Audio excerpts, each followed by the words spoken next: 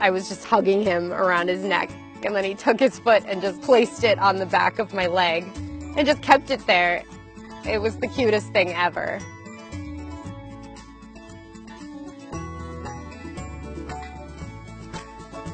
He loves people, but he's very clear that, like, I'm his person. He opens the mailbox. He likes to do it.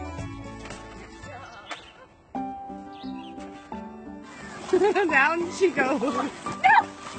Anytime there's water, he needs to just dive right into it, whether you want him to or not. He's very sneaky. He will just drop and roll before you're even ready for it sometimes, and will do it until he's had his fill. I think that his bratty personality is adorable, and I don't mind. He does whatever he wants, really. You know, you would never know that he was wild. Wild horse roundups are brutal. They chase herds of wild horses for miles and miles and miles with a helicopter, mostly to make room for cattle to graze. There are more wild horses in holding facilities than there are in the wild. They just languish in these pens, and then the public is able to adopt them.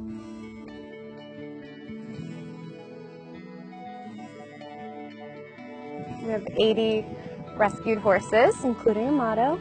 This was my first wild horse, and he was so wild when he arrived. I spent hours just sitting with him, just kind of letting him get used to my presence. And by the end of the first day, he was letting me touch him. He came marching up to me, and at first I was like, is he going to attack me? Like, he was trying to intimidate me, basically. And I just stood there, and he slowly started sniffing my face, and I just started kind of like sniffing his face back. We were just like two horses meeting for the first time. Once he decided that I wasn't a threat, and we've been best friends ever since. You are the cutest horse in the world. I more befriended him than like trained him. All I really cared about was just having him trust me, so I made sure that every new thing that I introduced to him was done in a fun way for him. Naturally, like, his personality started to come out very fast.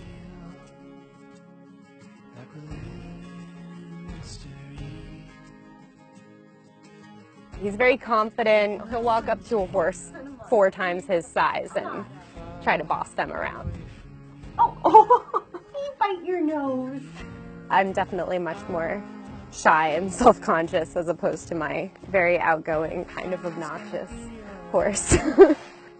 All wild horses have a unique brand. No other horse in the world has it.